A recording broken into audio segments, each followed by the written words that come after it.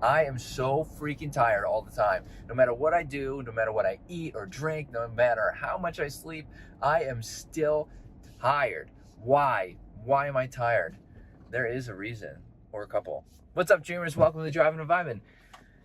Today I want to talk about why you may be so tired all the time, so fatigued. So I don't want to get out of bed. That's me sometimes, actually. Yeah, I mean, there could be a couple of reasons for why. Now, I'm going to disclaimer, this is not medical advice. None of my videos are. I'm not a medical professional. This is all research-based, anecdotal, and I've taught myself a lot. And trial and error, obviously. And also, there's a lot of individual variances. So this is important. You are different than me. You may not know that, but you are. May not realize that, but you are. You're very different from me. What works for me may not work for you. What works for you may not work for the next person, okay? So you got to keep that in mind when I go over stuff, when you learn new stuff. It's trial and error to find out what works for you always and forever. Now, let's get into it. Sleep is very important. There are technically four sleep cycles: light, deep, and REM. You want to hit all three. We're going to talk about three because deep is cut into two, I believe. I'm not a scientist. So you want to hit all three. Now, if you're fatigued all the time, but you're getting enough hours of sleep, maybe the sleep that you're getting is not quality sleep. The only way to kind of figure that out is to measure it by using a wearable, having a smart watch, or like a smart mattress. Smart mattresses are apparently real. According to my brother, he has one. So that's cool. I just kind of learned about that. But I wear a Whoop on this arm, and I'm not going to take my hand off the camera, but I have a Garmin on my other arm. Watch. So I have two wearables, and I'm going to add a third, or actually two rings to kind of get a feel for it. So I track a lot of recovery, sleep, stress. It kind of has stress. I'll make a video on all this, but it's very important to see if you're getting good sleep, good quality sleep. And I'm going to give an example. There are days where I wake up so tired, like my whole body aches. I'm tired. I'm like, I got terrible sleep. I know I did. And then I feel terrible in the morning, and then the rest of the day I feel okay. So I wouldn't say terrible. I just feel like fatigued. I feel worn out when I first wake up, and then within like the first hour and a half, I start to like that feeling goes away, and then I feel good the whole day. Like my energy levels seem to be fine. Now, when I first wake up, I initially think, man, terrible sleep. But when I look at my wearables, when I look at what I've tracked, it says I've had really high recovery. Okay, so initially, without being able to see what I tracked, without being able to see how I slept, I would instantly assume I got bad sleep.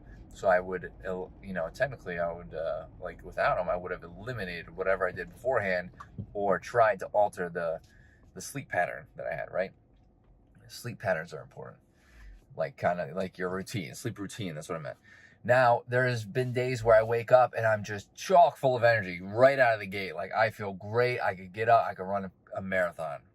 I can run a marathon right out of bed. And then I look at my recovery. It's very low. Today was a good example. My recovery was at 39%. That's terrible. I got terrible sleep. I didn't sleep as many hours. Even though I started laying in bed 3 hours or so before, so I got 5 hours. I was literally in bed at the 7-hour mark, we'll say, not 3. Where I could have gotten 7 hours of sleep, but I did not fall asleep. That's my fault. I understand why, blah, blah, blah. Things and stuff and things. But my recovery was terrible, but I felt great. And I still feel okay throughout, but I know at some point today, I'm going to feel a little bit of a crash. I usually do. On days like today, where I wake up chock full of energy, my recovery is very low, I get some sort of like fatigue feeling throughout the day. It only lasts a little bit, and then I get a second wind, basically. But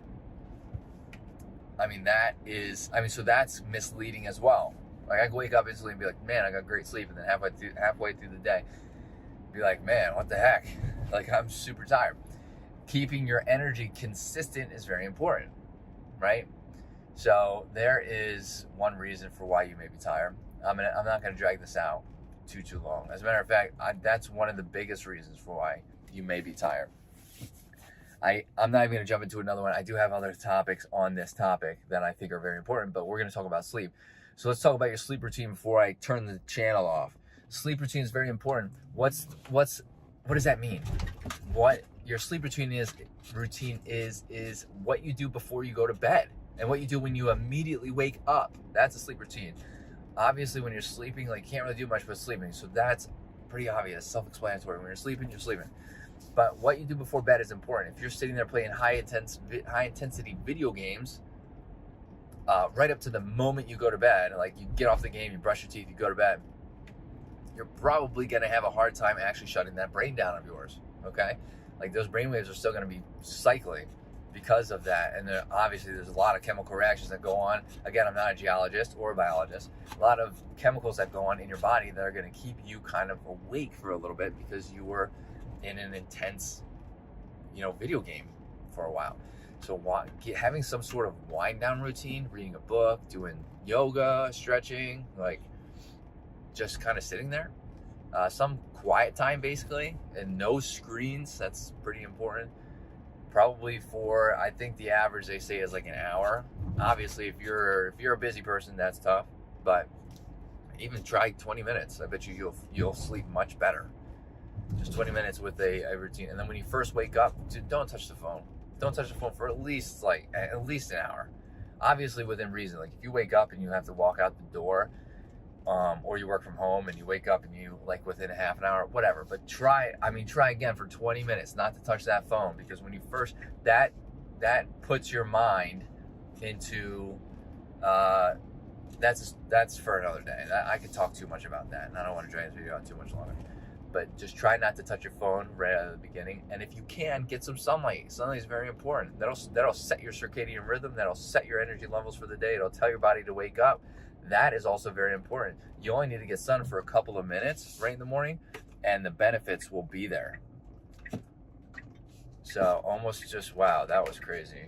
Anyway, I'm going to cut the video there. If you have any tips of your own, let me know in the comments. Love to get this conversation started. Hit that like button, helps out the channel. Hit that subscribe button for more content like this. And I hope to see everybody next video. Later, dreamers.